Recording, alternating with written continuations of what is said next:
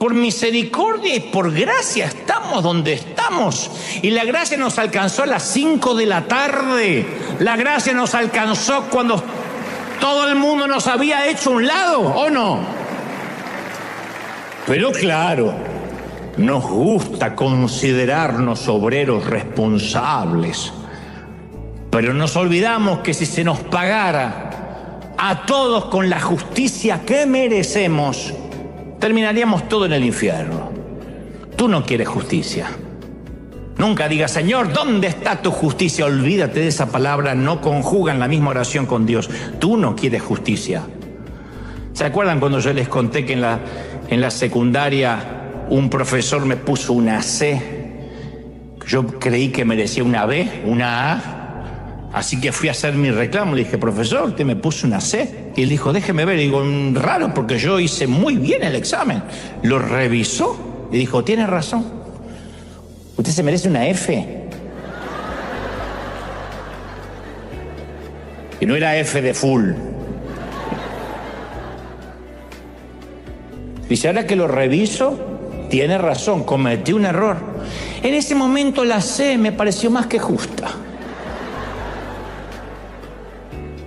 Entonces no te pongas a hacer, no nos podemos poner a hacer cuentas con Dios. Señor, yo te he servido, todos estos años te he dado. No nos dan las cuentas, no nos dan las cuentas.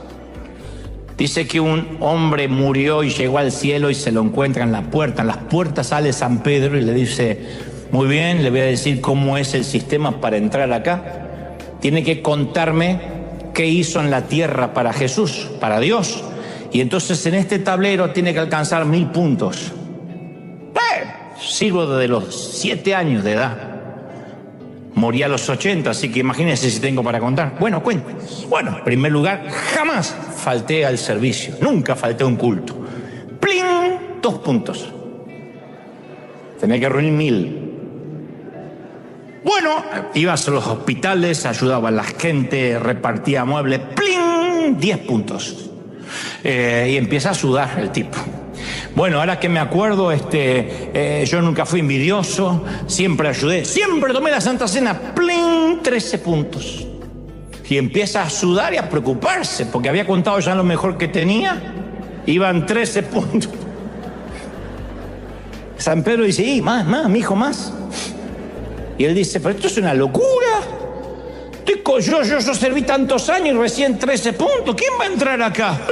Una locura, a menos que entre por misericordia de Dios. ¡Plin! 1000 puntos, ¿entendiste? ¿Pasá?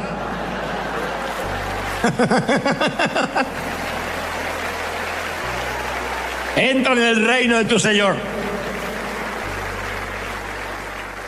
Pero tristemente el término espiritual suele ser utilizado por nosotros para describir a personas que leen la Biblia todo el día, que nunca se enojan, que viven orando, que viven ayunando. Decimos, qué espiritual que es esa persona. Lo que hizo que Jesús terminara en una cruz fue su idea disparatada que la gente común, corriente, rota, quebrada y arruinada también podía ser santa. Lo que enloqueció a los enemigos de Jesús fue la aceptación de Cristo, de que la gente imperfecta y rota podía ser santa. Esa fue la implicación chocante del ministerio de Jesús, que cualquiera podía ser espiritual. Hace unos días alguien me escribió, debo reconocer que tu prédica estuvo buena, Dante, pero me choca que Dios use un tipo como tú, porque no reflejas la sana doctrina. Lástima, eres un buen orador, pero no reflejas la sana doctrina. ¿Quién sabe por qué no la reflejo, no? Pero siempre hay gente que no le importa que el ciego vea si fue sanado en sábado. Es escandaloso a quien Dios decide usar cuando se supone que hay mejores que podría usar. La espiritualidad no es una fórmula, es una relación. La espiritualidad no tiene que ver con la competencia, tiene que ver con la intimidad. La espiritualidad no tiene que ver con la perfección, tiene que ver con la conexión. Aceptar la realidad de nuestras vidas quebradas, defectuosa, es el comienzo de la verdadera espiritualidad. Este soy. Lo cierto es que la gracia de Dios está abierta, nos guste o no nos guste, está abierta para todos. para todos. El perdón es abierto para todos. No obstante, siempre la religión sostiene, no hay lugar para ti dentro del cristianismo si es que estás divorciado, tienes tatuajes, bebes vino o cerveza, haces demasiadas preguntas, tienes un aspecto raro, fumas, bailas, no has sido lleno del Espíritu, no estás bautizado, dices malas palabras, tienes una arete en la nariz o en otro lado que no se ve, has abortado, tienes una elección sexual diferente, te gusta el sexo, eres argentino, vas al karaoke, vas a votar por Kamala Harris. Entonces, el régimen de la religión prefiere, cuando hablo de la religión es la religión organizada, prefiere siempre un evangelio marxista, bolchevique, soviético, norcoreano, castrista, comunista, que nos quiere decir cómo tenemos que vivir. Y en ocasiones, la iglesia, cuando hablo de la iglesia hablo de la gente, no del edificio, cultiva sus propios dictadores. Los más graves en la historia, y los memoriosos deben recordar a Jim Jones, que mató a decenas de personas envenenándolas, su pastor, David Koresh, que los incendió, quienes entienden demasiado bien a veces cómo se manipula el poder, devienen en estas tragedias. Y otros quizás no matan a sus seguidores, pero a veces los asfixian en el alma, diciéndoles lo que pueden hacer, cómo se tienen que vestir, qué música escuchar, hasta con quiénes se tienen o se deben casar. Yo conocí congregaciones, y me consta porque he viajado mucho, donde los miembros solteros tienen que pedirle que el pastor autorice su noviazgo. O sea, el pastor le tiene que gustar la chica para el muchacho o el muchacho para la chica. O un profeta o un anciano tiene que decir, siento de Dios que ella es para ti. Después, si te salió mal, anda a reclamarle al diácono que no le va a importar. Pero es una locura. Entonces, jóvenes que están esperando, no la bendición, la autorización pastoral. Ahora, en el siglo XXI, a veces la iglesia toma prestado los instrumentos de manipulación que después fueron perfeccionando los políticos. Por eso ese mismo régimen religioso a veces implica tener muchas actividades en la iglesia, porque así se cuida la santidad o se cuida la salvación, es lo que nos dicen. Y es muy difícil, yo digo siempre, confundir nuestra vitalidad espiritual con nuestra actividad espiritual. No todos los que hacen algo para Dios están vivos.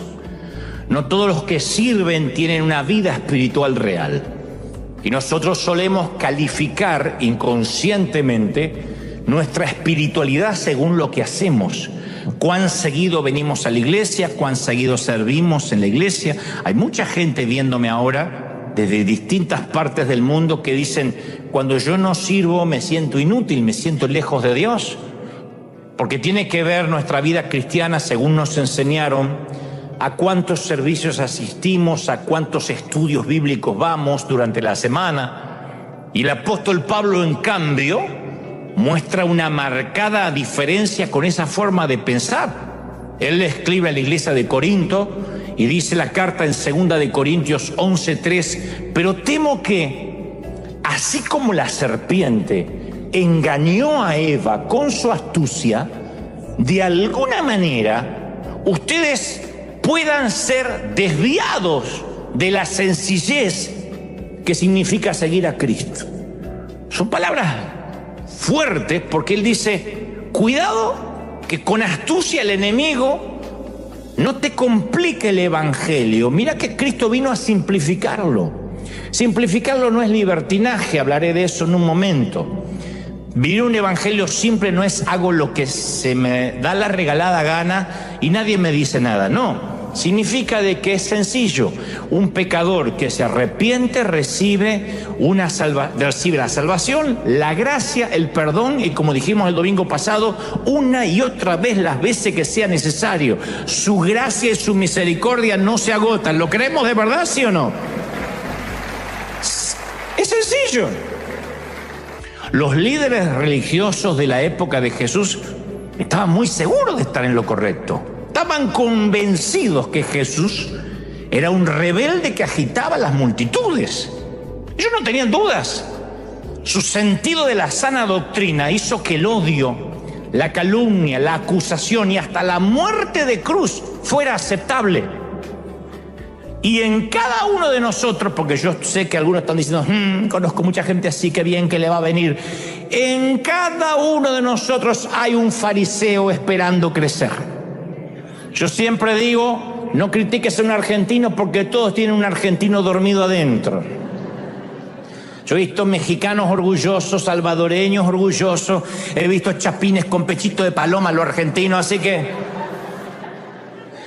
no vayan a creer que el orgullo es un pecado que compró el argentino, lo tienen todos. Bueno, en la misma línea de relato, todos tenemos un fariseo esperando salir. Por eso, lamentablemente, como un vino muy caro, muy fino, que es derramado en una jarra llena de agua, el mensaje de gracia traído por Jesús quedó diluido en la vasija de la iglesia.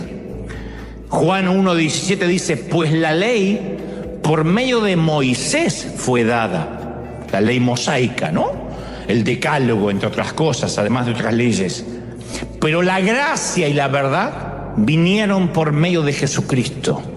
La gracia, la época de la gracia no tiene nada que ver con la época de la ley. La dispensación de la gracia no tiene nada que ver con la dispensación de la ley.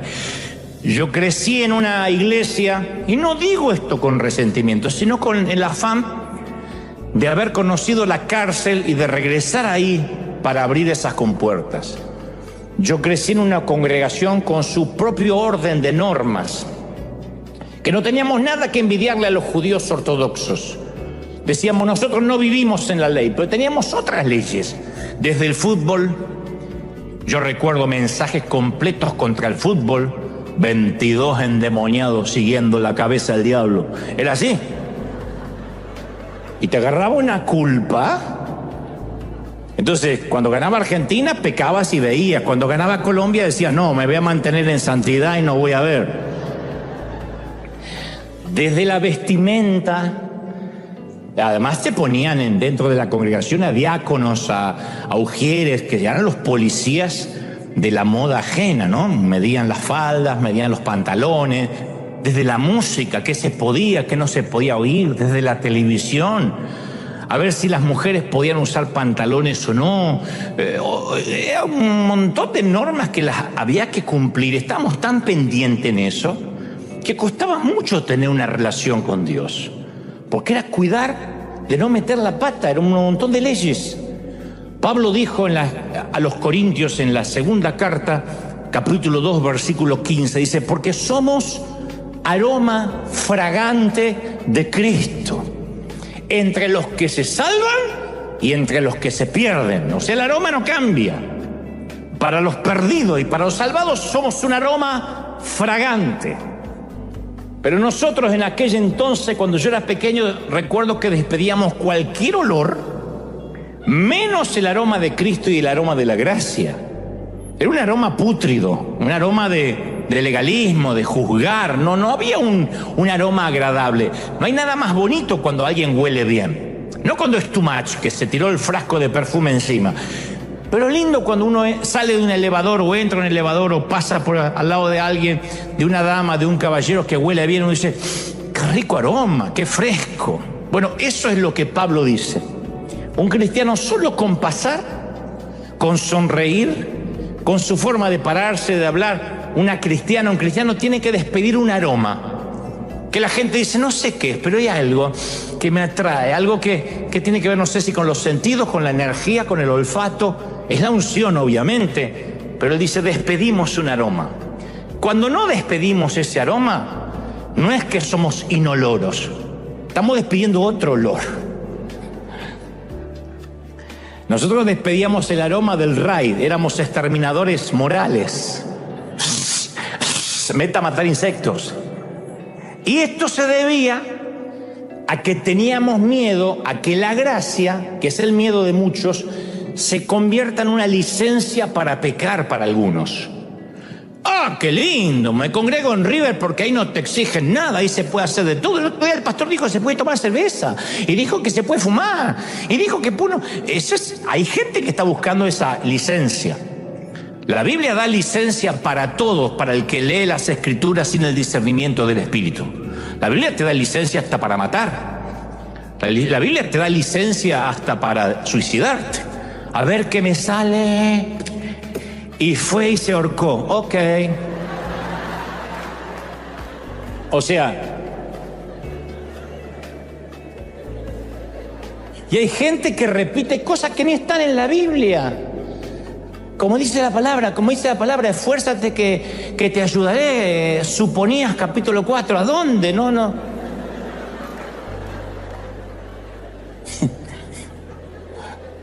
Instagramenses capítulo 5 versículos. En otras palabras, la espiritualidad no está en lo puro que seamos, sino en lo conscientes que estemos de nuestra impureza. Yo me doy cuenta cuando una mujer o un hombre es de oración, porque el primer sentimiento que tiene es de acercarse más a la luz y ver lo mucho que le falta. Cuando alguien petulante dice yo vengo de orar, es porque no oró de verdad. Cuando uno ora de verdad, se ve los defectos que nunca se vio.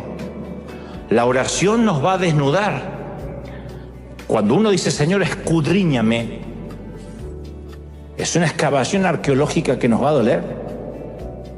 No te va a gustar lo que encuentres y lo que el Señor te muestre que hay ahí.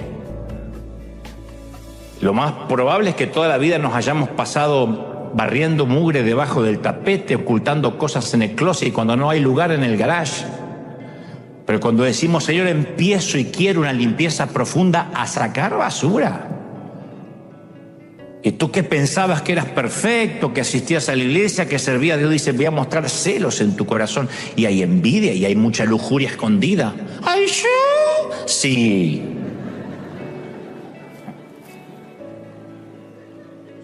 Ahora, ¿por qué el Señor saca esa mugre? ¿Para que nos sintamos acusados? No. Porque esa conciencia lleva al arrepentimiento y el arrepentimiento es el password, es la contraseña que abre las compuertas de la gracia. Para sentirnos perdonados uno tiene que decir, este soy, escudriñame aún, como dijo David, en los pecados que me son ocultos, aún lo que pequé sin darme cuenta. El legalismo es un pecado sutil porque nadie se considera legalista, nadie. Fíjate que los religiosos que pidieron ejecutar a Jesús se aseguraron que la crucifixión no fuera en el día de reposo. O sea que el crimen más grande, el crimen perpetrado más grande de la historia, cumplió un estricto legalismo. Uno dijo, ¿matamos a Jesús? Sí, pero qué bueno que no fue en sábado. Lo asesinamos, pero gracias a Dios con la sana doctrina. Eso es como que los que usan la Biblia para asesinar, que decía alguien, ¿no? 2 versículos en la frente, cae el otro. Lo matamos. Ajá, ese no pisa más la iglesia. Pero con la palabra. Es lo mismo. El Señor dijo en Mateo 23, guardaos de la levadura de los fariseos, que es la hipocresía. La levadura leuda, permea la masa. Es la hipocresía, dijo el Señor. No hagáis conforme a sus obras, porque dicen y no hacen. Entonces la gracia puede cubrir cualquier pecado, incluyendo el asesinato, la infidelidad, la traición y el beso a la suegra. Cualquiera. Pero por definición etimológica, por definición, la gracia puede ser recibida únicamente a través del arrepentimiento. El que no se arrepiente no tiene gracia. Y el arrepentimiento debe ser genuino. No, peco y no me importa, no. Tiene que ser un arrepentimiento de verdad. Y la hipocresía no nos permite arrepentirnos. Mira, hay 2 clases de personas culpables. 2 clases de culpables. Los culpables que reconocen sus pecados y los culpables que no reconocen sus pecados. Y estos 2 grupos se encuentran en la escena cuando los fariseos arrastran a una mujer semidesnuda, envuelta en una sábana para que apenas se tape sus partes pudendas, con los cabellos mojados allí en el medio de la plaza. La mujer atrapada en el mismo acto sexual de adulterio. Por supuesto que para el adulterio hacen falta dos, a menos que esté adulterando sola. Pero ahí está la mujer sola delante de Jesús. Yo presumo que ella es la carnada para atrapar a Jesús. Y cada vez me convenzo más que seguramente la atraparon en la cama con un fariseo. Dijeron, tenemos que atrapar a Jesús que no sepa qué decir. ¿Quién hace el sacrificio de acostarse con la mujer del otro? Y uno dice, bueno, si no queda otra, hermano, yo voy a servir. Porque no entiendo por qué lo estaban cubriendo al tipo. Tendría que estar la mujer y el tipo ahí. Pero al tipo lo están cubriendo, aparece la mujer sola. Y siempre vimos dos categorías de gente en este drama: la mujer culpable y los profesionales de la religión, ¿correcto? Cuando Jesús habla, destruye a una de esas categorías. Él dice, el que de ustedes esté sin pecado, vamos, que sea el primero y la reviente con un piedrazo. Jesús reemplaza las dos categorías que se daban por seguras, santos y pecadores. Los santos allí y la pecadora en el medio. Pero él él las reemplaza por dos categorías diferentes. Pecadores que lo admiten y pecadores que lo niegan. La mujer sorprendida en adulterio no tuvo más remedio que admitir su culpa. Sorprendido o no, ahí está. Los fariseos negaban y reprimían su culpa, pero eran igual que ella. Lo que pasa es que la mujer estaba ahí y las manos lo único que hacía era agarrarse la sábana. Ellos, los fariseos, necesitaban tener las manos vacías para recibir la gracia. Pero como cargaban piedras no podían recibir. Si cargas piedras no recibes gracia. Y yo te confieso con sinceridad brutal, yo me identifico más con los acusadores que con la acusada. Niego mucho más de aquello que confieso. Y yo me pregunto si cuando aquellos maestros de la ley eran jóvenes, comenzaron con buenas intenciones, amando servir a la gente. No lo dudo.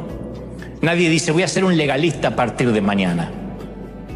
Pero con el tiempo algo les pasó, como a mí, como a ti. En la epístola a los romanos, Pablo habla de estos que tienen miedo de decir, pero si se habla mucho de la gracia, entonces todo el mundo va a pecar sin problema. Él profundiza, primero dice, donde abundó el pecado, sobreabundó la gracia.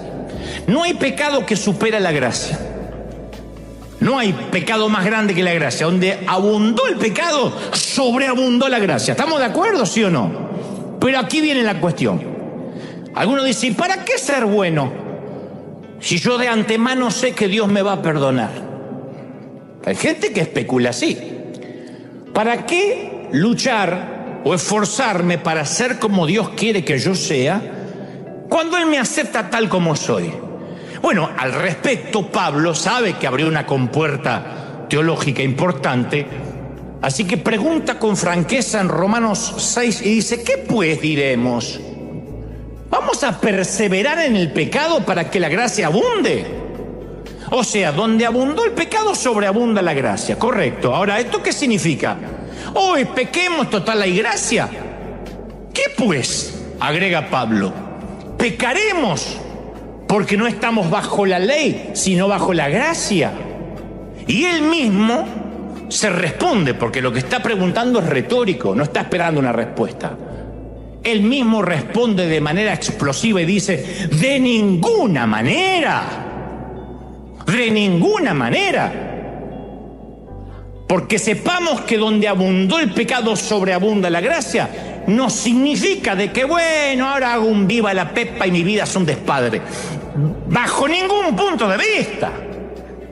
Y dice, ¿por qué? Porque los que hemos muerto al pecado, ¿cómo vamos a querer vivir todavía en él? Si alguien murió al pecado, ¿quién va a querer regresar a la muerte? Ningún cristiano resucitado a una vida nueva va a suspirar con nostalgia por la tumba que dejó atrás. Se acabó, dice Pablo. ¿Estamos de acuerdo, sí o no? La segunda analogía del apóstol, en Romanos 6:16, compara el pecado con la esclavitud. Dice, erais esclavos del pecado. Porque aquel que está con drogas, atado al sexo, a la pornografía, a la mentira, no es libre. Depende. A veces uno ve a los adictos a las drogas, a los adictos al alcohol, que pobrecito empiezan a temblar. Yo he entrevistado gente que no puede estar ni 20 minutos hablando conmigo porque empieza a temblar si no fuma. Obviamente es un esclavo. Él no domina, aunque diga yo lo dejo cuando quiero. Mentira, el cigarrillo, un poquito de nicotina lo tiene atrapado. Otros no pueden estar sin consumir pornografía y dice yo lo hago para relajarme. No, te está atrapando hace años. Eso es fácil de agarrar, difícil de soltar. Entonces hay gente que es esclava del pecado y Pablo dice, ¿a quién se le va a ocurrir una vez que es libre regresar a la esclavitud?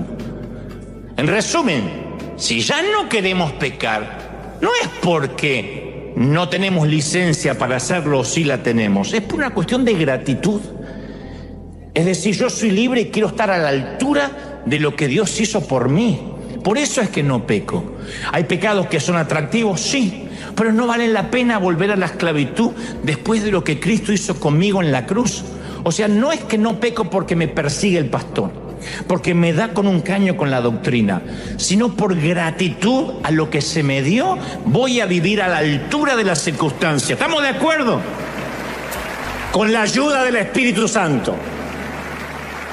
Entonces el secreto es, nos esforzamos en crecer en santidad, no para hacer que Dios nos ame, nos esforzamos para crecer en santidad porque Él ya nos ama. Y como nos ama sucios como estamos, no, yo no puedo quedar así. Yo tengo que hacer lo imposible para estar a la altura.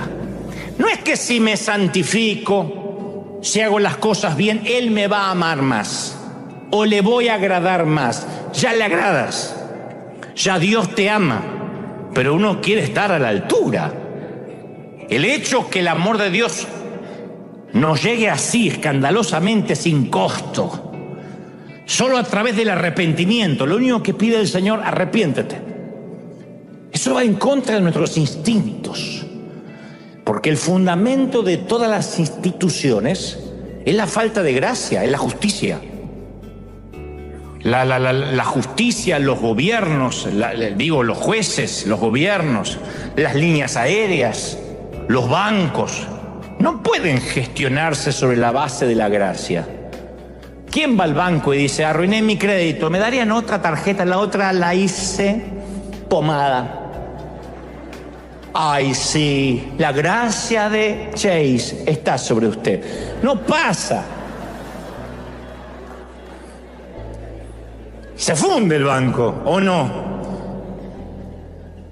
Señorita tripulante, yo tengo turista, tengo el asiento 92C, al lado del baño. ¿Me daría la oportunidad de ir adelante en primera? Bueno, pase. No va a pasar. Van a decirte atrás y te van a cerrar la cortina así en la jeta. ¿Va a ser así? La verdadera espiritualidad es cuando dejamos de buscar la perfección. Para ser espiritual hay que dejar de buscar la santidad. Para ser espiritual hay que empezar a buscar a Dios. Hay que empezar a buscar a Cristo. Hay que empezar y a partir de ahí seremos santos. ¿Tú lo crees? La búsqueda de la santidad sin Cristo es religión. Pero la búsqueda de Cristo nos trae santidad inherentemente. Mira la Biblia está llena de gente desordenada, lo digo siempre. Los autores bíblicos nunca editaron los defectos de sus héroes. Y aquí hay asesinos, adúlteros, maníacos, depresivos. En un momento eran amables, santos, al momento siguiente eran tiranos. inseguros, mentalmente inestables, descreídos, arteros, taimados, maliciosos, rencorosos, argentinos.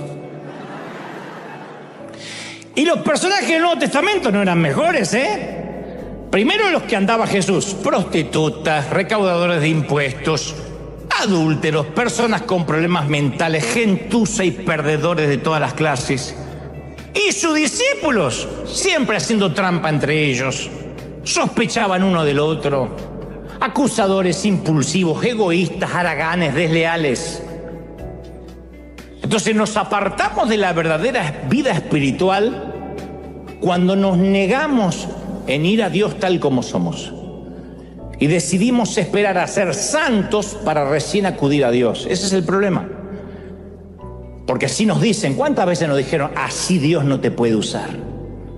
Uy, qué frase, esa es muy parecida a algo habrás hecho. Algo habrás hecho a mí no me pegó tanto como así Dios no te puede usar. Tienes que arreglar tu vida porque así Dios no te puede usar. Ni siquiera puedes tomar Santa Cena, Hay gente que la tomó así, se la atragantó el pan acá, la tuvieron que sacar, muerta. Así Dios no te puede usar. Entonces uno se autosantificaba para que Dios te pudiera usar.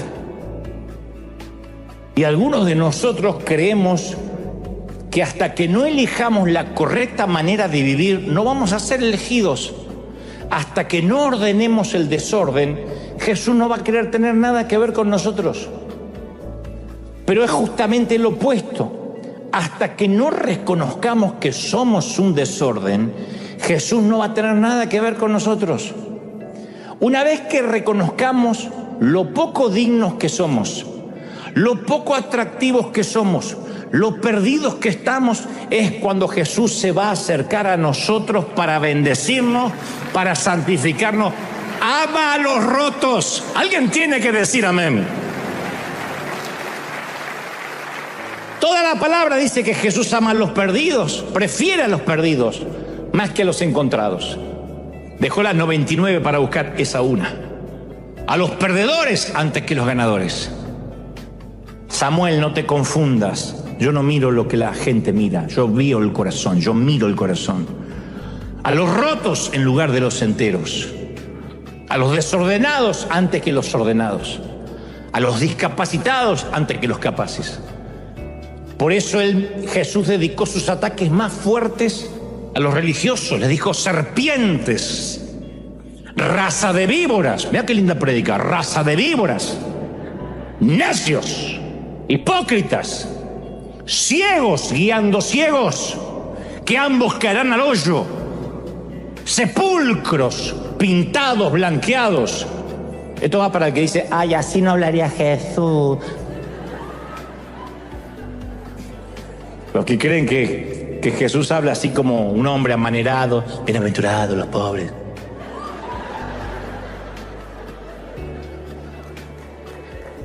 Jesús dedicaba su vida a esa gente. Y los fariseos, al revés, dedicaban su vida a entregar sus diezmos exactos, obedecían hasta la ley más diminuta de la Torá.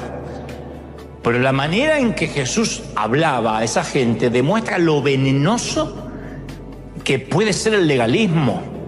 Y los menciono porque ese veneno es una amenaza tan grande hoy en el siglo XXI como en el siglo I. El veneno no ha cambiado. Es el mismo cianuro, mata igual. Los religiosos de ahora no tienen los rulitos acá, ni andan con togas, pero visten trajes de diseño, pero siguen envenenando igual.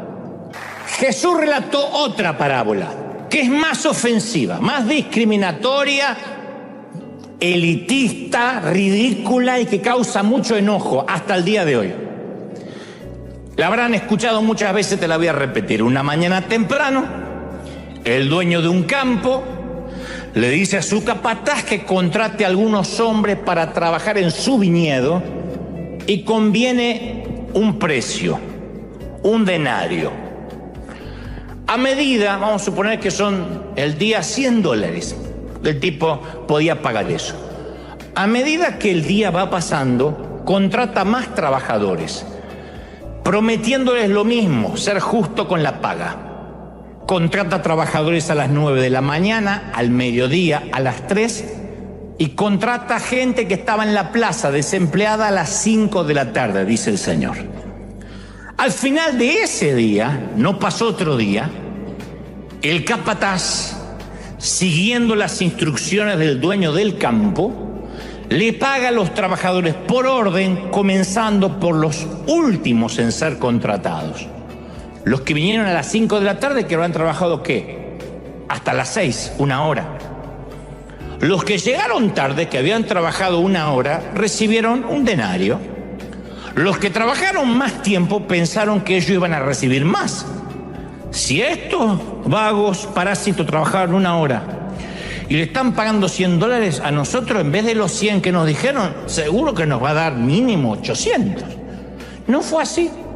Todos recibieron la misma paga, tal como estaba convenido. No tenía un desfase hormonal el patrón. Tal como convino con todos, no importa cuánto trabajaron.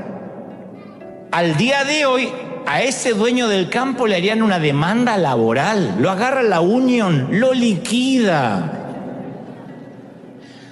Para otras partes del mundo le digo que es un sindicato. Al día de hoy un sindicato lo demanda. Este tipo estaría fuera de una sociedad democrática. Porque nosotros creemos ¿en qué? En la igualdad, en la justicia, en el derecho a recibir una paga equitativa, ¿sí o no? ¿Quién se deja explotar acá? Bueno, vinieron justo los explotados, pero yo sé que no. Tenemos leyes que nos protegen de empleadores arbitrarios, caprichosos e injustos, como el tipo este de la parábola. Hay leyes que nos protegen de este tipo de chupasangres.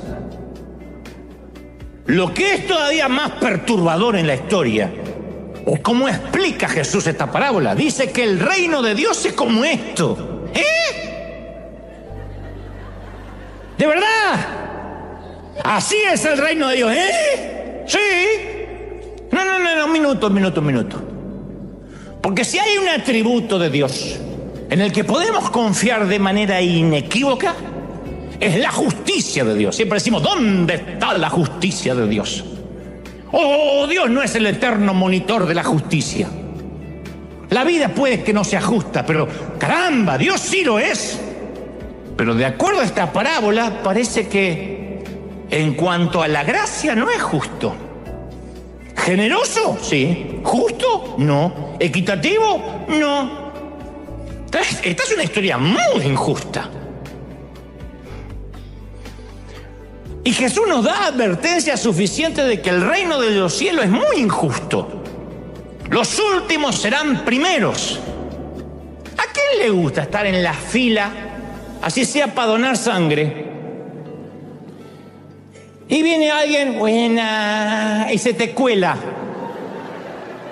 ¿A cuánto le sale el demonio de adentro? ¡Ey! ¡Estoy de las 6 de la mañana! ¿Y qué dice el Señor? Los últimos serán primeros.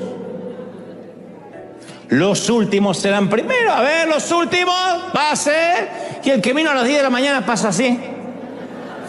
Y decís, Señor, yo lo mato. Yo estoy de las 5. ¿Ven el sentido de justicia que todos tenemos? Tenemos que morir para vivir, ¿de verdad? A nosotros nos dijeron que hay que sobrevivir, que el más fuerte es el que es la ley del gallinero, el de más arriba. El sucio al de más abajo. Si alguno nunca vio un gallinero y cómo duermen las gallinas, interiorícense. Pero está claro que el amor de Jesús es arbitrario, es parcial. Causa perplejidad, es chocante, es injusto, ofende a los que van por la vida exigiendo justicia. Si nosotros hubiésemos comenzado a trabajar al amanecer, nos hubiésemos resentido, y con razón, con los que trabajaron 1 hora y cobraron lo mismo que nosotros. Está bien, si los quiere contratar, que los contrate, pero que no le pague lo mismo que a mí. Porque amar a todos suena lindo, siempre que ese amor no contradiga nuestro sentido de justicia. El amor de Dios puede ser muy injusto. Y lo agradecemos, Señor, gracias porque injustamente me amaste. Pero cuando esa misma injusticia incluye a otros, ahí nos molestamos. O la gracia fue buena para nosotros, pero después cuando la gracia es para otro, que no nos gusta cómo usa su cabello, ahí nos molestamos. Y es significativo que la mayoría de los cristianos se identifican más en esta parábola con los obreros de la primera hora de todo el día, en lugar de identificarse con los que fueron añadidos al final de la jornada. Yo he oído este mensaje predicar tantos años y siempre han dicho, los que estamos desde la primera hora, los veteranos, los que hemos sufrido, a veces no entendemos a los de la última hora. ¿Por qué la mayoría se identifica con los de la primera hora si todos somos los de la última? Pero en el pasado, los maestros religiosos, con el fin de tener el control, sacaron a Dios del alcance de la gente común. Hubo épocas, temporadas, en que la Biblia no estaba disponible para el ciudadano común. Temporadas completas del siglo pasado donde la gente no accedía a la Biblia, porque los líderes de la iglesia estaban convencidos que el seguidor promedio, que la oveja promedio, no podía comprender las Escrituras sin que los verdaderos conocedores la interpretaran, que es muy parecido a lo que sucedía en muchas iglesias antes de la pandemia.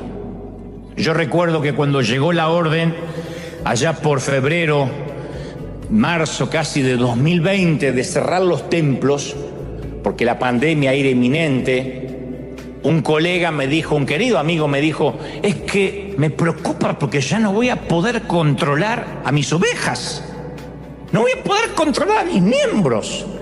La falacia en principio, y se lo dije, es que nunca fueron sus ovejas, nunca. El Señor es el gran pastor, nosotros somos los torpes cuidadores de la grey, pero es el Señor el que subió a la cruz por la oveja, por la gente, ¿no? Pero me llegaban un montón de testimonios de personas que me decían, recién ahora en la pandemia puedo ver los mensajes de River, porque nuestro pastor nos prohibía verte, pero ahora en la pandemia puedo ver, como quien me dice, ¡ay! Nadie se da cuenta. Ahora es ridículo de pensarlo, porque ¿cómo? Yo digo siempre, ¿cómo un líder, cómo un pastor va a decirle a un adulto lo que puede ver, lo que puede oír, lo que puede leer y lo que no puede ver, leer o oír? Es una locura. Pero daban por sentado que sus ovejas eran tan débiles y tan condependientes que en lugar de ofrecer una paternidad sana, ejercían una dictadura, una tiranía religiosa, un régimen totalitario en lugar de un pastorado saludable. De hecho, cuando yo publiqué este mensaje, que hoy estoy transmitiendo, el dibujo de nuestros ilustradores, fue una Biblia en forma de arma, a lo que alguien muy ingenioso escribió, es verdad, a mí me liquidaron con 3 versículos en la frente. Y otro escribió, sí, y a un amigo le dispararon con 2 versículos por la espalda. Eso ocurre cuando se usa la Biblia no para sanar, no para redarguir, no para edificar, sino para lastimar. La Biblia puede ser usada para lastimar. Ahora, yo quiero que convengamos que quienes se enojan con la escandalosa gracia no tienen malas intenciones, no es que hay villanos usados por Satanás, no. Lo que sucede, y lo voy a decir despacio para que podamos digerirlo, y me incluyo, es que nunca están más cerca de estar equivocados como cuando están convencidos de estar en lo correcto. Lo diré otra vez, nunca, porque por la hora yo sé y algunos no desayunaron, cuesta, me miran con los ojitos así como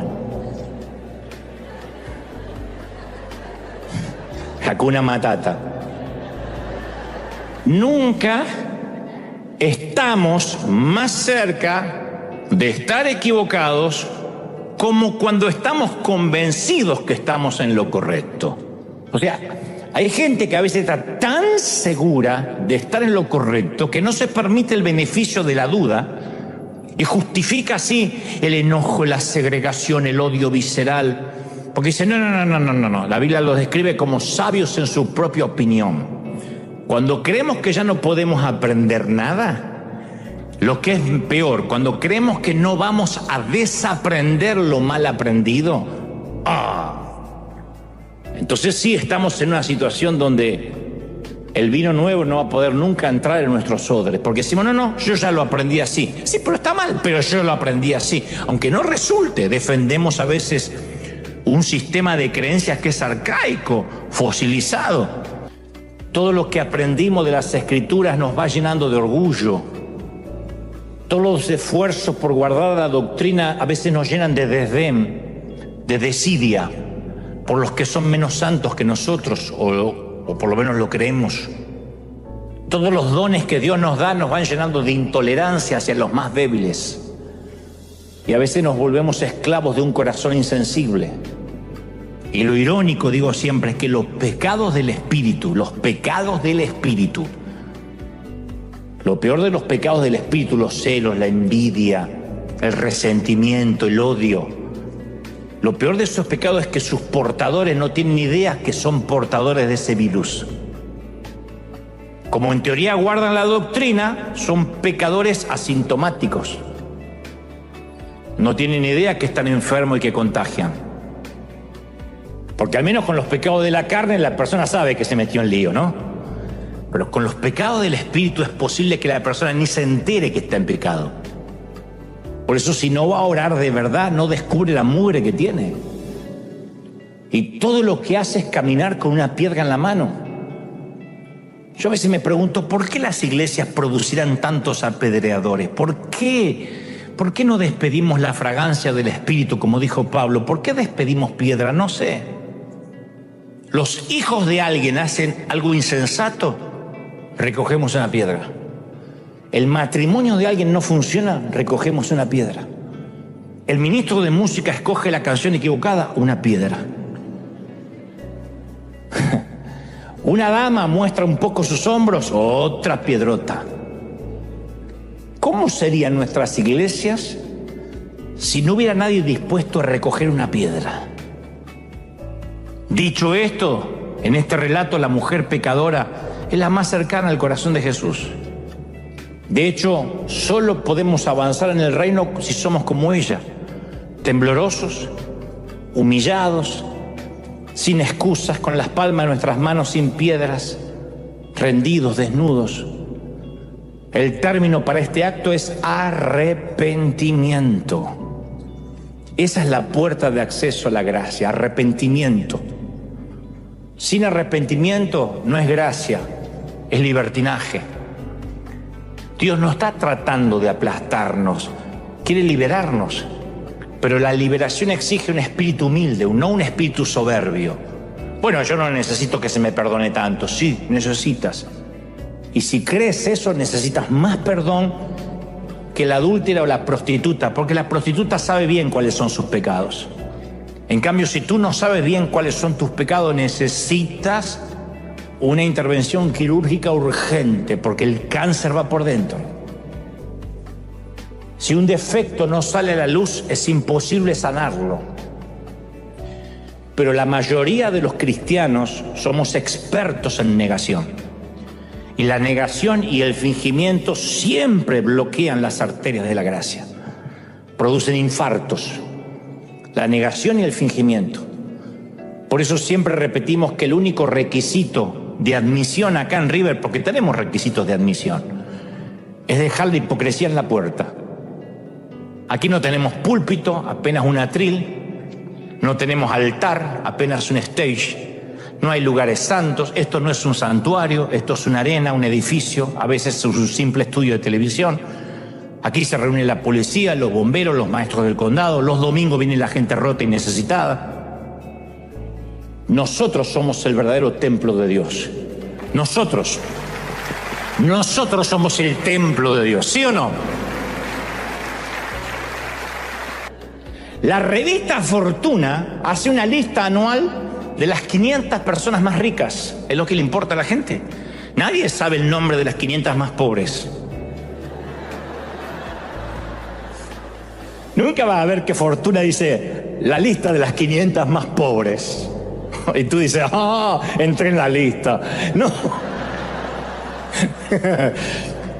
¿Por qué? Porque, mira, el sendero budista, la doctrina hindú, el pacto judío, el código del Islam, ofrecen siempre una manera de ganarse la salvación, la aprobación de los dioses.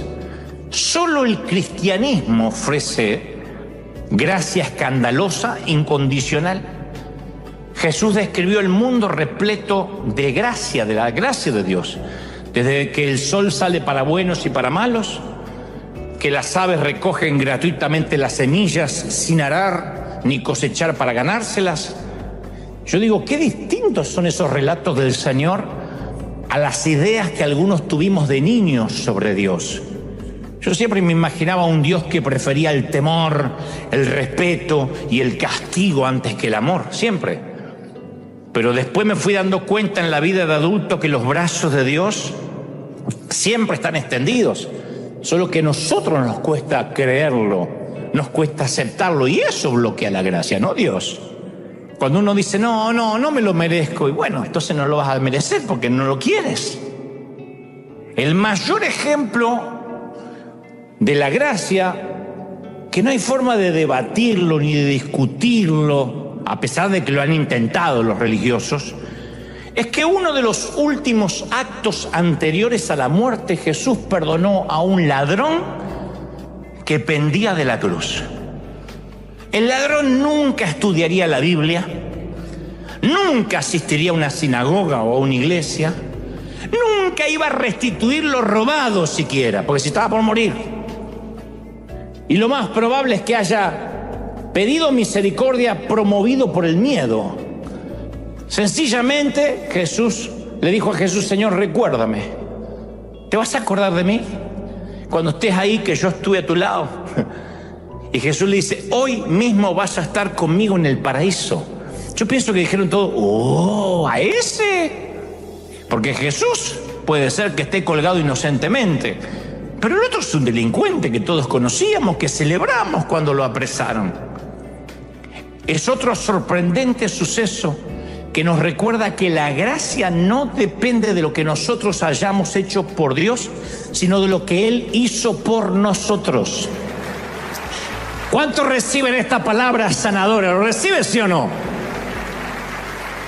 Ahora, pregúntale a cualquier evangélico común qué debe hacer para llegar al cielo y la mayoría te va a contestar, y guardar la santidad. Pero los relatos contradicen esta respuesta, porque Dios acepta en su casa a todo aquel que se le acerque. Usted dice, pero no puede ser tan fácil. Así. Todo lo que debemos hacer es gritar ¡auxilio! E inmediatamente tenemos al padre que viene corriendo hacia el hijo, que lo dilapidó todo como el hijo pródigo. Insisto, no estoy abaratando el evangelio, es el evangelio. Por eso se llama buenas nuevas, buenas noticias. Aquel que diga, Señor, te necesito. Y nos consta de gente que ha sido mala toda su vida, y en los últimos minutos en la ambulancia o antes del infarto, durante el infarto, han dicho, Señor. Y eso hace que la misericordia de Dios venga sobre él. ¿Será? Aunque nunca se congregó. Entonces no tendría que estar el ladrón en el cielo en este momento, el que fue crucificado.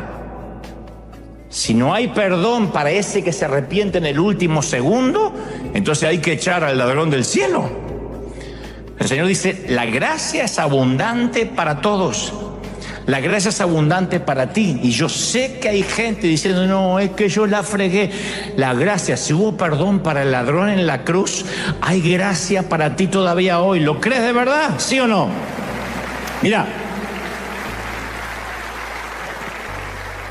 la cruz es una creadora de puentes. Si alguien nos lastima, tenemos que ir a la cruz y ver que el ladrón accede en el último minuto, en el estribo, colgándose de la aeronave que lo lleva al cielo. Si odiamos a alguien, tenemos que ir a la cruz. Si hemos sido traicionados, tenemos que ir a la cruz. Si hay personas que nos irritan, tenemos que ir a la cruz.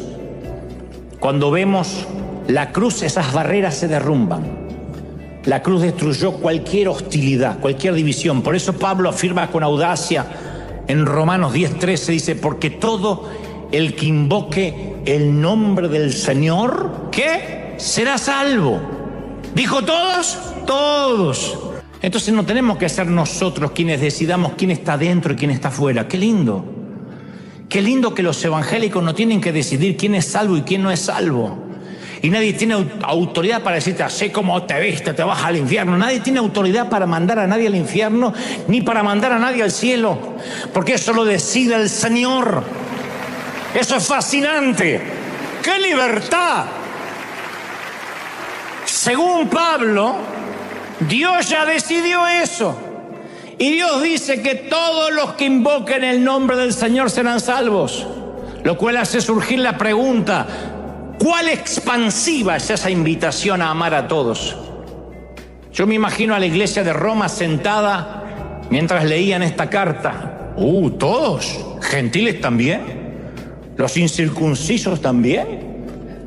Me pregunto si sintieron la misma incomodidad cuando comprendieron lo que Pablo estaba diciendo. Estaban ansiosos por vivir como Dios deseaba. Entonces le preguntaron, ¿y cómo vamos a hacer? ¿Cómo vamos a hacer? ¿A quién iremos? Y Pablo respondió con su brillante retórica. A los Romanos capítulo 10 versículo 14 le dice, ¿cómo pues esa gente que ustedes no aceptan invocarán el nombre del Señor para ser salvo si nunca han creído en Él? ¿Cómo creerán en aquel de quien no han oído? Porque es verdad, todo el que invoque el nombre del Señor será salvo, pero ¿cómo van a creer si nunca han oído de Él? ¿Y cómo oirán si no hay nadie que les predique? Si nadie va a las maras, si nadie va a los artistas, si nadie va a los que tienen una elección sexual diferente, si nadie va a los sinvergüenzas, si nadie se mete en la política corrupta, ¿cómo creerán? ¿Y cómo predicarán si no fueran enviados? Pablo estaba diciendo en esencia, si queremos ver a toda persona invocar el nombre del Señor, gente, tenemos que ir. Hay que ensuciarse con el alma de la gente. Hay que meterse, hay que revolver basura. Hay que caminar entre los basurales. Hay que ensuciarse. Hay que arriesgar la reputación.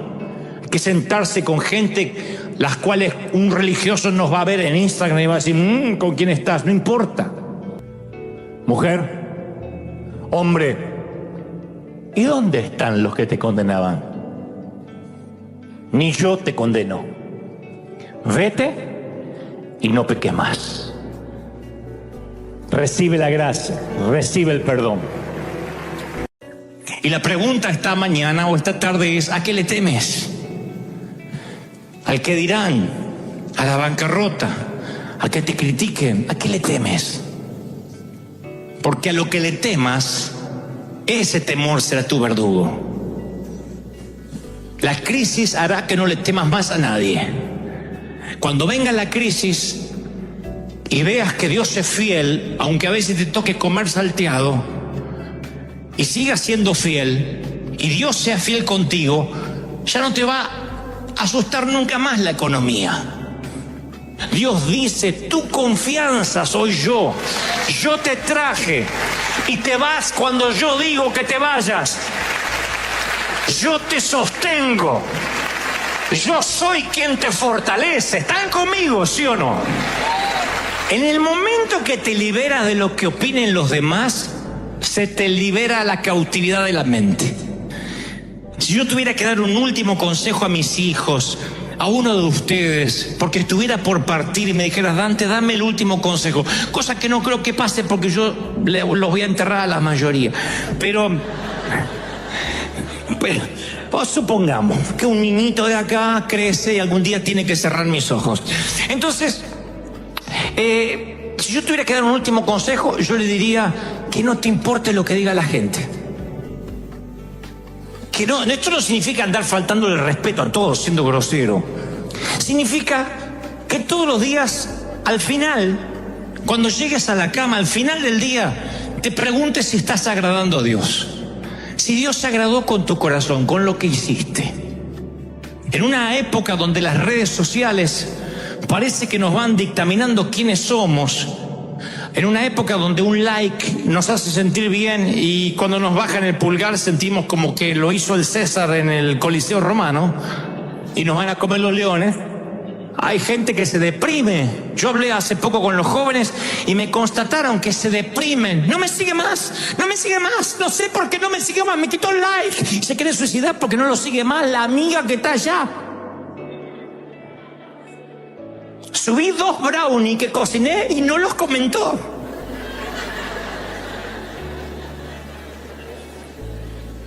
¿Really? ¿De verdad? ¿De verdad? Entonces uno vive una vida ficticia. Muestra en las redes no lo que somos, lo que queremos mostrar, y nos muestran lo que ellos quieren mostrar. Y nos ponemos like el uno al otro. ¡Ay, qué lindo! ¡Ay, pasando unas vacaciones, qué lindo! Me consta de parejas que se sacan fotos súper, ultra, hiper, macro, extra felices. Y para sacarse esa foto se pelearon.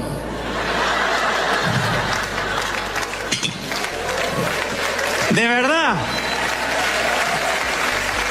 Vení acá.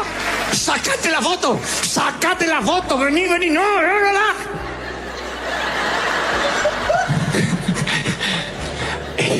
Esto dice, ay, qué linda pareja. Y se fueron insultando los dos porque no querían sacarse la foto, uno de los dos.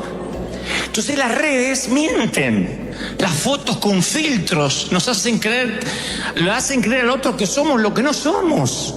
Entonces la foto, como le digo siempre a los muchachos, no es la cara de pato y el trasero así.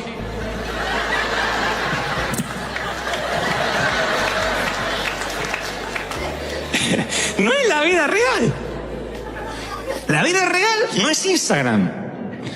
La vida real no son las redes. La vida real es la vida real. Duele. No hay filtro, no hay Photoshop. No puedes producir las fotos de la vida, no las puedes producir, no puedes ponerle Photoshop al dolor. No hay filtros para las decepciones. No hay manera de hacer un búnker en el corazón. No hay manera de quitar, pixelar a quienes no te gusten. No hay manera de bloquear las críticas en la vida real. Eso pasa en la vida ficticia, la de las redes. Pero la vida real duele. Por eso Dios tiene que a veces exponerte ante la gente para que te cures de eso. Uno cree que para curarse de algo tiene que irse exactamente a la otra punta de lo que quiere evitar, y no funciona así. Para que se te cure el miedo a volar, ¿sabe cómo se te cura el miedo a volar? Volando. El miedo a volar no se te cura evitando los aviones. Si tú dices, tengo miedo a hablar en público, yo sé cómo se te va ese miedo. Hablando en público. Cuando tú le dices, Señor, dame paciencia, ¿qué le estás pidiendo al Señor?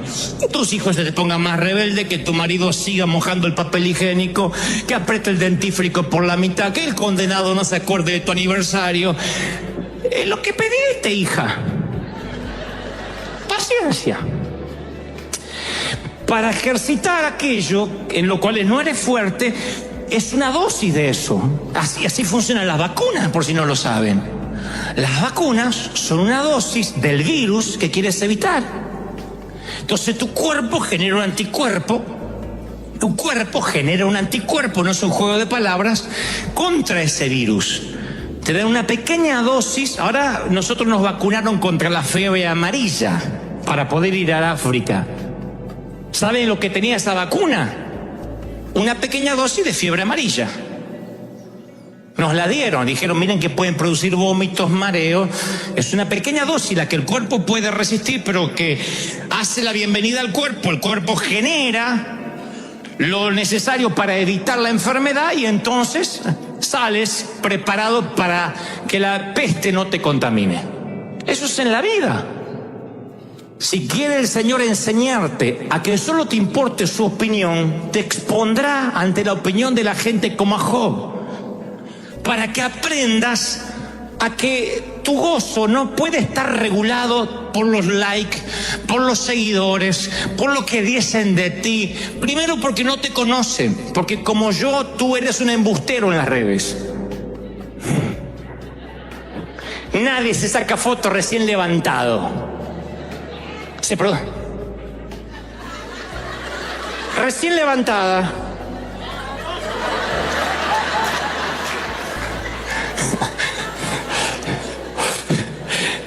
Mentira, eres más fea que eso que vimos.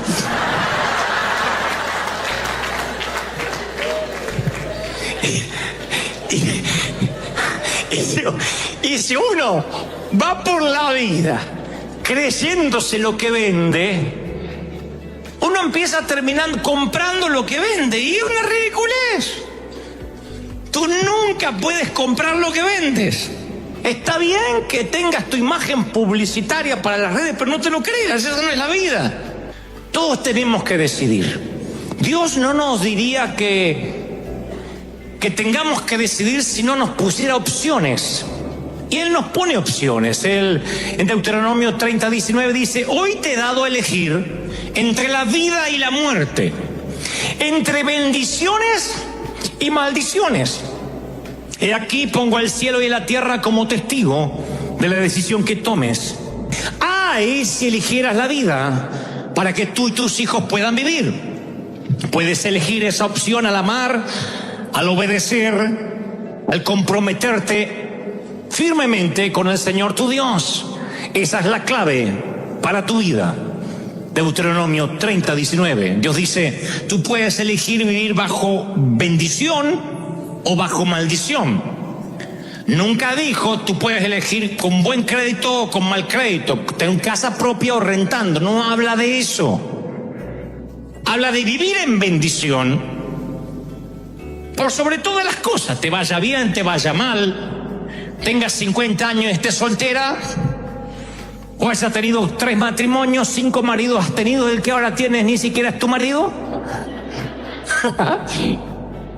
Tengas suegra, no tengas suegra, te hayas casado afortunadamente con una huérfana, no sé cuál es tu situación, pero el Señor dice: tú tienes que elegir estar bajo bendición o bajo maldición, bendición o maldición. Ahora, este es el punto.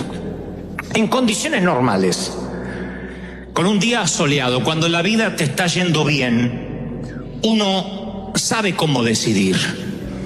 Pero cuando a veces estás tan triste, el Señor me ha mostrado mucho en mi corazón que muchos viven una tristeza inexplicable.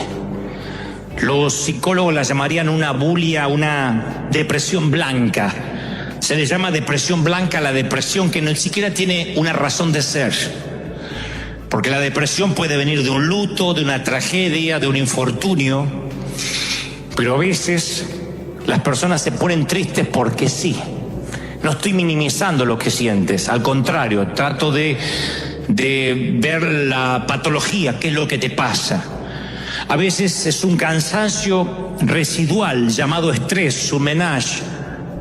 La vida no te dio treguas por tantos años.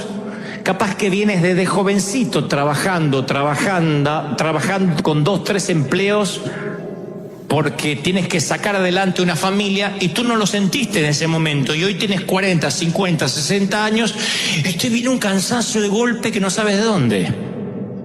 Sientes que se te vinieron los años encima.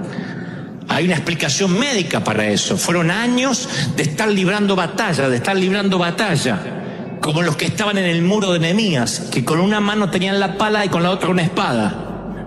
Cuando tienes que trabajar y además pelear contra las injusticias, contra la discriminación, contra la falta del manejo del idioma, con la indocumentación, causa un cansancio tan grande que un día te estás tan estresado que pueden pasar 2 cosas: o te enfermas, porque el cuerpo somatiza. La somatización es que el cansancio del alma hace que bajen las defensas del cuerpo y te agarre cualquier enfermedad que anda por ahí. Te resfrías, te bajan las defensas pulmonares, las células están abiertas a cualquier enfermedad, a cualquier peste, o en su defecto te agarra una tristeza sin sentido.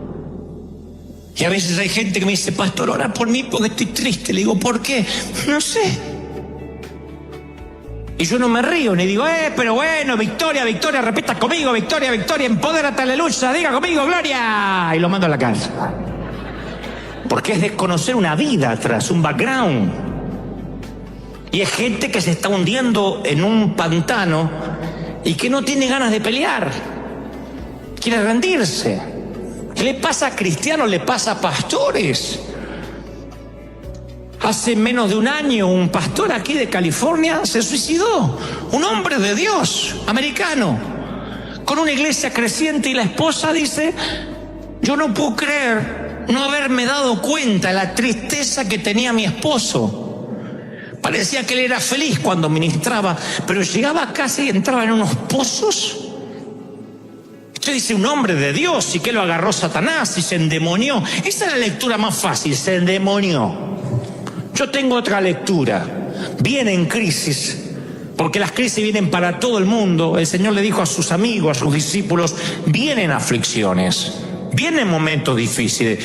La pregunta no es si van a venir o no, la pregunta es, ¿qué vas a decidir? Porque así como dos gemelos, uno es un delincuente, el otro tiene un récord intachable, y ambos se criaron bajo la misma casa, así hay creyentes que escuchan el mismo sermón, tienen el mismo pastor, se congregan en la misma iglesia, y ante una crisis financiera, uno se acerca más a Dios y el otro se manda a mudar. Ante una enfermedad hay familias que se aferran a Dios más que nunca. Y tú le dices, ¿qué sientes de Dios ahora que estás enfermo, que el cáncer vino? ¿Qué sientes? Que Dios es soberano. Que Dios sabe por qué. No me gusta, no me lo esperaba. Es una temporada que se justapuso a lo que estaba viviendo, pero Dios tiene un plan. Y hay otros que dicen, no, Dios me abandonó, algo hice mal, Satanás se ensañó, ¿para qué viene a la iglesia? Ambos, gemelos. Uno decide bien, el otro decide mal. El sufrimiento va a venir, el dolor va a venir. Si alguna vez la vida, Dios te lleva a otra ciudad y te congregas con otro pastor y te dice que si estás en derrota o pasas por crisis es porque te apartaste de Dios y eso es obra de Satanás, no le creas, es un embustero. Porque la vida tiene cosas lindas, maravillosas, pero también el Señor prometió que tendríamos aflicción. Y como el Señor nos habló hace unos días atrás, está bien que a veces no estés bien. Está bien que estés pasando crisis. No eres raro. Dios no te abandonó. No es que te falta unción, ni decir las palabras proféticas, ni que no estás empoderado. No. Lo que sucede es que la vida. Y a veces los pastores nos volvemos embusteros. Decimos 2, 3, 4 palabras para que la gente nos grite, nos diga aleluya. Y después te encuentras con la vida real. Y la vida real es muy diferente a lo que se puede arengar detrás de un púlpito o en un stage. La vida real es real. Y yo no te estoy diciendo que vas a vivir de tristeza en tristeza, pero sí que van a venir tormentas, porque el Señor lo prometió. Edifique sobre la roca o edifique sobre la arena, el pronóstico para ambas casas, tormenta. Sobre la roca permaneces, sobre la arena grande es tu ruina, pero tormenta para los dos. No promete el Señor días soleados eternos para los que edifican sobre la roca, como se cree en ese evangelio que se predica tanto hoy, de que tienes que vivir siempre en victoria en victoria. A veces no, a veces son temporadas largas que el Señor te quiere enseñar a vivir en la escasez. Y tú dices, ¿Dios es un Dios de escasez? No, lo diré otra vez. Dios es un Dios de prosperidad y de abundancia, pero a veces quiere enseñarte a vivir en la escasez. De otro modo, como dirás lo que dijo Pablo, sé vivir en pobreza y sé vivir en riqueza. Sé tener en todo y sé lo que es que me falte todo. ¿Cómo lo aprendes si no es en la universidad de la vida? ¿Cómo sabe Dios que tu gozo no está regulado por la cuenta bancaria? ¿Cómo sabe Dios que tú vas a adorar igual cuando estás con los dos pies en tierra o cuando tienes que hacer el equilibrio porque sube el agua? Dios necesita saber que tu gozo y tu congregarte y tu fidelidad no depende siquiera de tu salud. Todos queremos tener salud, nadie nos gusta ni tener un resfrío. Sin embargo, el Señor dice, ¿cómo sé que aún seguirás siendo fiel cuando la salud se ponga frágil? Cuando eventualmente envejezcas. Porque si Cristo no viene antes, todos vamos a envejecer. Bueno, yo más tarde que tú, obvio, pero vamos a envejecer. Algunos envejecerán dignamente, otros no los querremos ni mirar, pero envejecerán.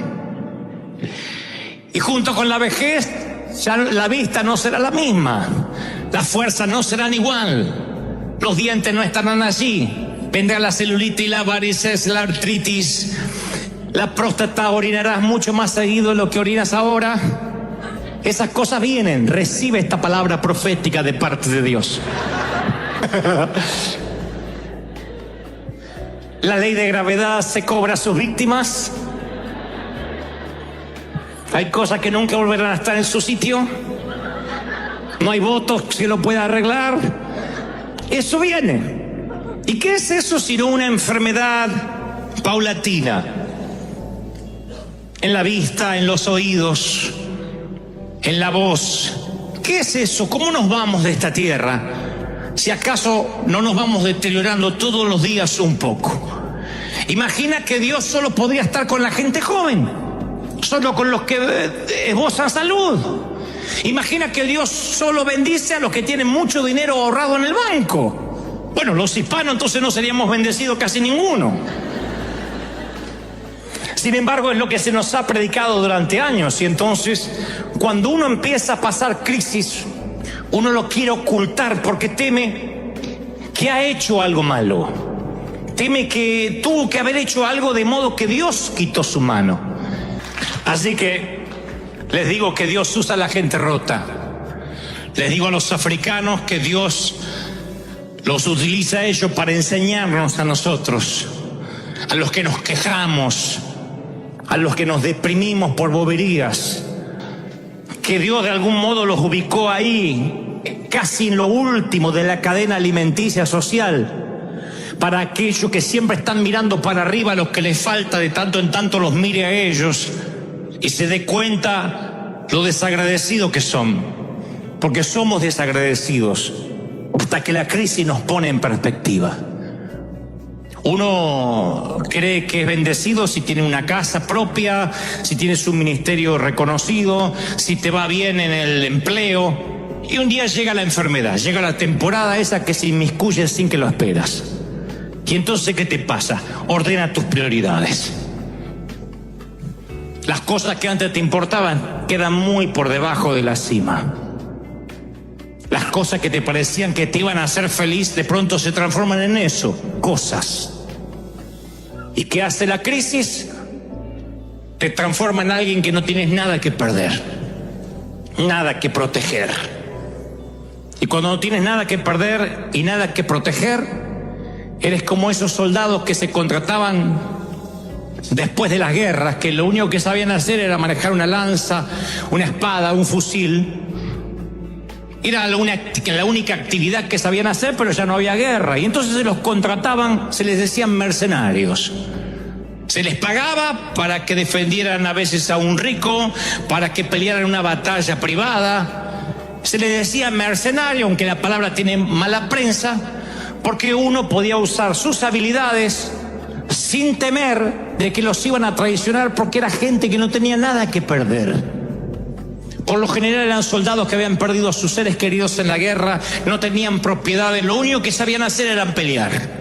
Se los contrataba para una batalla y sabían que como no tenían nada que perder y nada que proteger, entonces iban a ser efectivos en lo que tenían que hacer. Permítanme la metáfora, pero cuando la vida te golpea, cada vez te das cuenta que tienes menos para perder y menos para proteger. ¿Quieres ver a un hombre que Dios utiliza de una manera formidable, sin límite? Muéstrame a alguien que en algún momento de la vida lo perdió todo y no está atado a una casa. No se deprime porque Bank of America le manda una carta.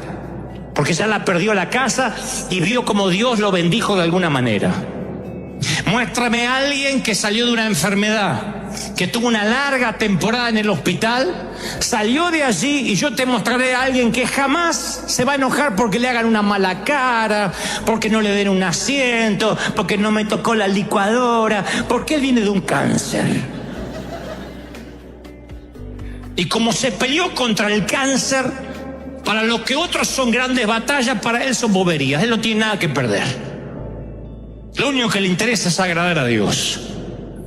Muéstrame a alguien que lo criticaron sin piedad gran parte de su juventud y le dijeron payaso, anticristo, apóstata, y yo te mostraré a un hombre seguro hacia dónde va, qué quiere y para qué, porque sabe que le quiere agradar a Dios. ¿Están conmigo, sí o no? Uno toma decisiones todos los días, desde qué pasta dental va a utilizar, si se va a peinar o no se va a peinar, si por amor al prójimo se pondrá desodorante o no. Uno decide cómo se va a vestir y si a la noche comerá bistec, pollo, pizza. Son decisiones que no trascienden y ni definen la vida de nadie. Y después están las otras decisiones. Las otras que tomamos en días soleados, en días de zozobra, en días de marea baja. ¿A qué me voy a dedicar? ¿Qué carrera voy a seguir? ¿Cuál va a ser mi llamado, mi ministerio? Con la mente fresca, sin problemas a la vista, sin un frente de tormenta. Son decisiones que por lo general solemos no equivocarnos. Y después están las otras. Las decisiones que uno tiene que tomar bajo tormenta. Cuando estás echando el agua, los vientos huracanados, y uno tiene que decidir. Esas decisiones son las más complejas porque uno no tiene la mente totalmente clarificada. Y ahí es cuando nos podemos equivocar. Cuando decidimos bajo tormenta, cuando decidimos bajo presión, cuando decidimos tristes, o lo que es peor, tomamos decisiones demasiado cansados. Y no hablo del cansancio físico que se puede reponer tras 8 horas de cama o 6 horas.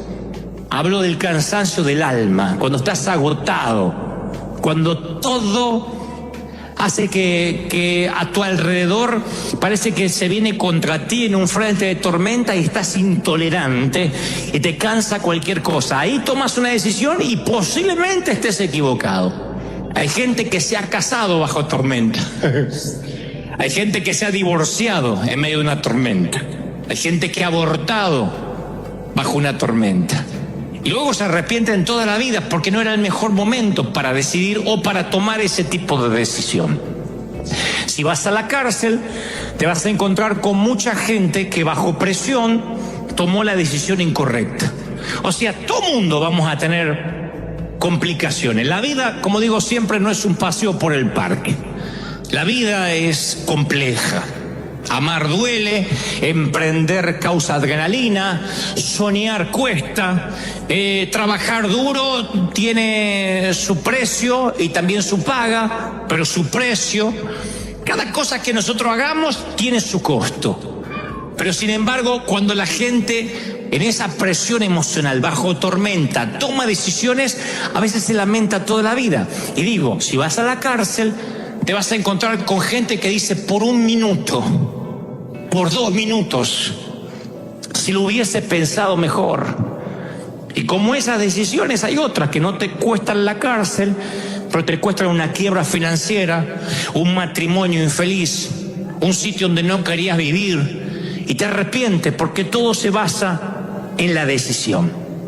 Los Angeles Times publicaba hace unos meses atrás la noticia de alguien que había sido asesinado, un vecino que había sido asesinado con un cuchillo de carnicero.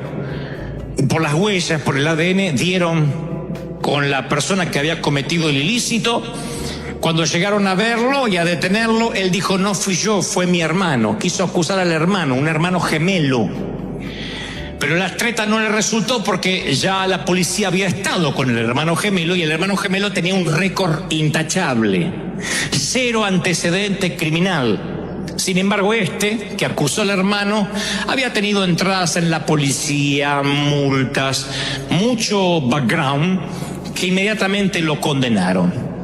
Y los sociólogos estudiaron el caso y llegaron a la conclusión, o arribaron a la conclusión de que, ¿cómo puede ser que dos gemelos, criados en la misma casa, que responden a los mismos padres, que comen el mismo cereal por la mañana, que juegan con el mismo perro, que tienen supuestamente el mismo entorno, uno tiene un récord intachable ante la ley y otro es un delincuente y pasará el resto de su vida en la cárcel en prisión perpetua?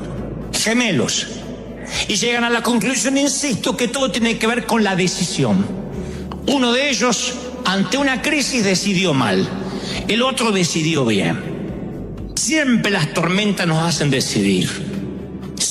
No podemos estar exentos de problemas. El tema es qué hacemos cuando estamos bajo tormenta.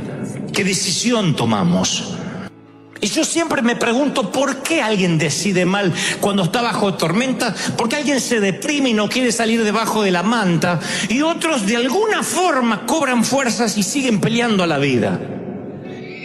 Insisto, la lectura fácil es decir, o es que unos son más ungidos que otros. No, no es así. Algunos son más fuertes que el otro, no necesariamente. Las crisis vienen porque Dios nos quiere enseñar ciertas cosas que solo se aprenden cuando uno pasa momentos tristes. Si tú me dijeras, Dante, flaco, ¿cómo es que conociste al Señor? ¿Cuáles fueron tus momentos más íntimos con Él? No fueron en un estadio. No me relacioné con Dios ministrando a una multitud o a un gentío. Fueron los momentos de quietud, de oscuridad, donde pude oír a Dios. Me dices, ¿volverías a vivir esos momentos? No, claro que no. Yo no elegiría eso ni para ti ni para mí. Pero hoy me di cuenta que si Dios no lo hubiese permitido, yo no conocería su voz. Yo no podría conducir, liderar una congregación si yo hubiese sido un pusilánime que a la primera tormenta abandono. Dios hizo de mí un piloto de tormenta. Alguien que siempre dice, vamos a salir adelante, no importa cómo. No tenemos dónde congregarnos, vamos. A veces no sabía ni para dónde, pero yo tenía que pararme en la fe, porque eso lo había aprendido ¿en dónde? En la crisis, en los valles de sombra, en los valles de muerte, en los valles de soledad. ¿Para qué sirve la crisis? Para dos o tres cosas que son muy importantes, y esto es lo que quiero que sepas que Dios te está enseñando. Primero, te expone ante el resto. Uno cuando se ve en crisis no lo quiere mostrar, no quiere que nos vean. Por eso, cuando nos preguntan, ¿cómo estás? Decimos, bien. Nadie dice, quiero matar a mi suegra, quiero ahogar al bestia que duerme conmigo. No tolero más a mi cuñado. Nadie dice eso. Todos dicen, bien. No queremos que nos noten. Encima, hay una cultura evangélica de no mostrar que somos de carne y hueso, porque eso parece que no fuéramos espirituales. No van a oír por ahí mucha gente diciendo, ¿cómo estás? Sí, con problemas matrimoniales, como todos. La mayoría te dice, ay, acá ando con mi cañoncito dulce de leche, lo amo tanto. Y vos le ves la cara al marido que más que dulce de leche, tiene una amargura encima. Pero enseguida levantamos la fachada a ver si piensan que Satanás se nos metió en el matrimonio. Otros, ¿cómo está financieramente? Bien. Algunas cositas, pero ya vamos a seguir adelante. Y está bien no estar bien. Lo vengo diciendo de parte de Dios hace días. De otro modo no vas a recibir ayuda. Pero ¿qué hace la crisis? Te expone. Al igual que en el calendario occidental, la vida tiene sus estaciones, sus temporadas. Y yo decía en el servicio pasado lo mismo que ahora, que en realidad no es tan exacto, porque el calendario es predecible. Tú miras el calendario semanal y sabes que después del lunes viene el martes, y después del martes, miércoles y así sucesivamente, y ves el mes y sabes que si estás en septiembre, luego viene octubre, estás en diciembre y cambio de año, viene el otoño y luego sabes que cambia la estación. Pero en las estaciones de la vida, de pronto estás viviendo un momento soleado, un momento de marea baja, no digo de suma felicidad, pero sí esos momentos donde dices, no me enfermo, tengo para comer, tengo lo necesario, tengo una familia, y en una hora la temporada puede cambiar diametralmente porque es como que se inmiscuye sin advertencia un nuevo tiempo. Aquí hay mucha gente que me ha contado que una llamada telefónica le hizo añicos los planes, la agenda, el presupuesto. No es de extrañarse que a veces una internación de último momento de un niño, de alguien de la familia, haga que tus planes financieros se deshagan, que todo lo que tenías pensado hacer en los próximos meses quede hecho añicos o trizas. Tan pronto te das cuenta que te llega el bill del hospital, de la internación, de los medicamentos. Por poner un ejemplo, hay otras cosas más graves, como puede ser un golpe, un shock, el enterarte de algo que de pronto hace un sismo en tu corazón y todo lo que creías que estabas construyendo se desmorona como un castillo de naipes. Y esto no es patrimonio del que no tiene a Dios, porque esa es la falacia, pensar que las tribulaciones vienen para los que no tienen a Dios, o en su defecto los que lo tienen pero están haciendo las cosas mal. Yo me crié en iglesias así, donde se miraba con espíritu de sospecha y desconfianza a aquel que de pronto le tocaban momentos económicos frágiles, o aquellos cuya salud de pronto empezaba a desmoronarse. Inmediatamente la reprimenda era: te estás enfermando porque debe haber un pecado oculto, algo que no confesaste.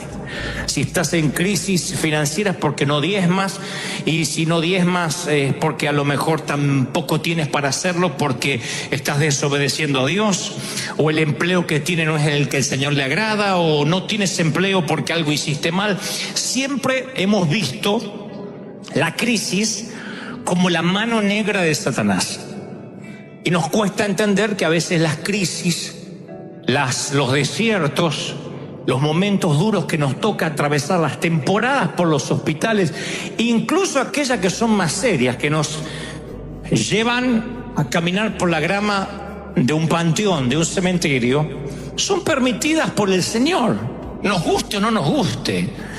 Sé que esto puede sonar anti-victoria o anti-mensaje positivista, pero el pastorear una congregación día tras día, semana tras semana, en esta última década, me ha enseñado que las tribulaciones, los momentos tristes, son parte de la vida. Ignorarlo es una torpeza. Decir que no vas a tener derrotas en la vida, momentos tristes, es una canallada de parte de los que nos toca la providencia de que ustedes nos presten los oídos.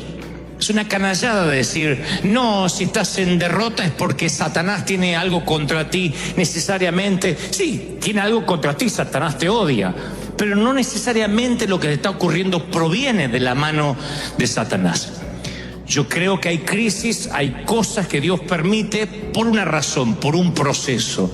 Temporadas que de pronto no sabes por qué, ¡fum!, cambia tu vida tal como la conocías. De pronto los problemas empezaron a rodearme como un enjambre de abejas cuando menos lo estaba esperando. ¿Qué lectura hacemos? Yo digo que uno toda la vida toma decisiones. La vida son decisiones. No se puede vivir de modo que la vida nos pase por arriba y esperemos que el destino, la suerte, la timba, la tómbola decida por nosotros. Hay que decidir. La vida se vive de manera intencional. Job, para los que no conocen la historia, les cuento muy rápido. Un día hay una plática, una charla cósmica. Dice la palabra que el enemigo, Satanás, le dice a Dios mira, este Job te adora, te sirve porque hay un cerco alrededor, porque no lo puedo tocar. Pero si tú me permites, a mí me gustaría tocarlo un poquito. Me gustaría que su salud se ponga frágil, que le pase algo a su familia. Y yo te voy a demostrar que este tipo te adora, te sirve porque la vida es un canto para él. Tan pronto las cosas se pongan feas, él te maldecirá. Y Dios dice, no, está bien, te permito que lo toques, pero no lo mates, no le hagas daño a él, pero puedes tocar todo su entorno. Una plática que yo no quisiera que nunca Dios tenga con el diablo respecto a mí. Está bien. Y apenas Job empieza a tener crisis, los amigos vienen, los parientes, y a ver si te identifica, y le dicen, entre otras cosas, este sufrimiento, Job, tiene que ser tu culpa. Tienes que haber cometido un pecado imperdonable. Atrajiste el mal a ti. ¿Cuánto nos identificamos con esto? Que en el momento más bajo viene un desubicado, para no decir un menso, y te dice algo así. ¿Habrá pecado en tu vida? Y te pone a veces una situación tan tensa, donde encima que la estás pasando mal es culpa tuya. Encima que la enfermedad era una temporada que no esperamos, encima es culpa tuya. Yo recuerdo hasta creyentes que abrían la nevera o iban al baño y decían, hijo de Dios no puede tener tantos medicamentos en la casa, ¿eh? Algo raro está pasando acá. Y sí, soy diabético, ¿qué va a pasar? No es que yo lo sea, pero es lo que a veces uno respondería cuando te ven que tienes un remedio o algo para la diabetes. Entonces hay gente que te juzga por lo que te está pasando. Por eso es que nosotros cuando tenemos una crisis lo tratamos de ocultar. Yo he pasado momentos muy difíciles, tratos de Dios, cuando me despidieron del empleo, cuando estaba solo, cuando estábamos solos, que no sabíamos a veces ni qué comer. Y ahí entendí que con algunos hermanitos yo no necesitaba a Satanás.